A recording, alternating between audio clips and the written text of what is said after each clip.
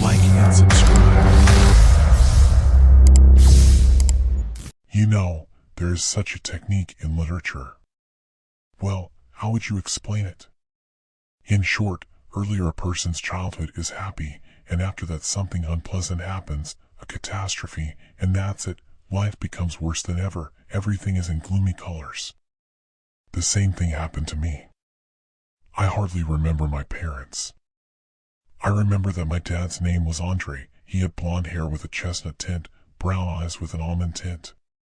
Mom's name was Elena. She had golden hair and sky blue eyes. I was then 3 years old. We walked in the park. Summer, hot days of June. And then something terrible happened. I was later told that my parents were killed by terrorists. Where, for the life of me, I don't remember. It seems to be in the Caucasus. What they did there, God knows. I remember some room. Several people crowded in it. Not even a lot of people. There are 3 coffins on the vast table, fathers, mothers, and, it seems, grandmothers. The poor old woman could not bear the death of people close to her. My father's brother, Uncle Slava, is holding my hand. Well, the story is not about one, but about another. What I said was a saying. Story ahead. Uncle Slava adopted me. I liked living with him. He and his wife Aunt Ludo were very kind people. They were extraordinarily intelligent, fond of theater, museums, and so on. They even signed me up for the drama club. My uncle and aunt had no children, and they spent all their unspent love on me. But it's not about that. The very essence, not only I was brought up in the family of Uncle Slava. My cousin Alka grew up with me. Alfred Dmitrievich Rybakov. He was a sickly, frail boy. His father and mother did not take care of him, and Uncle Slava sometimes took him to his place for the weekend. Perhaps Alec had a weak immune system. Or some genetic disease, I don't know. Only he was often sick, and in moments of rare good health, he sat at the piano in his room and sadly strummed scales. The music was so depressing and intense that I just looked for ways to hide from the house and not hear these sounds. I remember one such episode. Early or mid-October. Alec is sitting at his piano, strumming scales. He is dressed in some strange suit for a kid, business shorts, tights, old shoes. I wore sneakers, a dress shirt. ALC, stop strumming your rubbish already. Let's go kick the ball.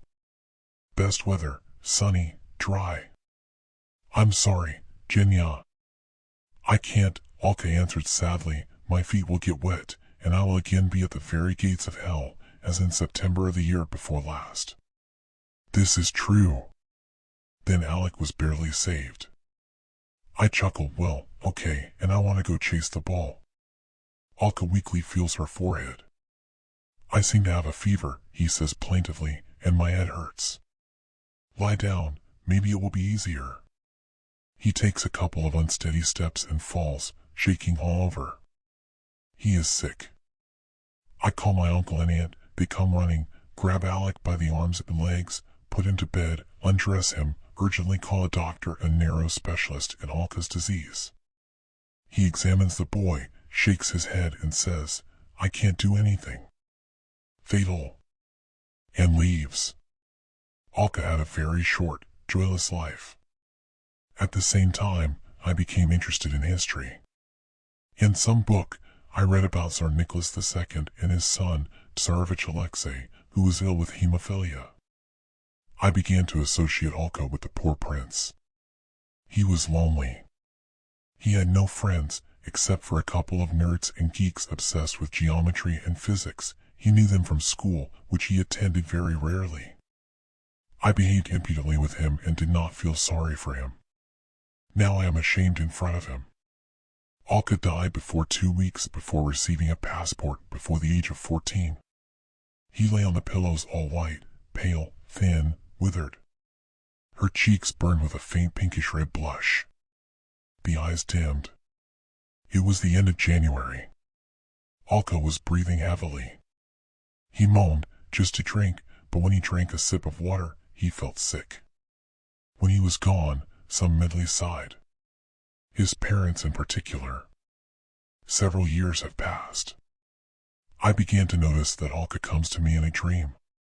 He helped me successfully prepare and pass exams at the university, not disappear in Chechnya, not get caught by bandits and racketeers.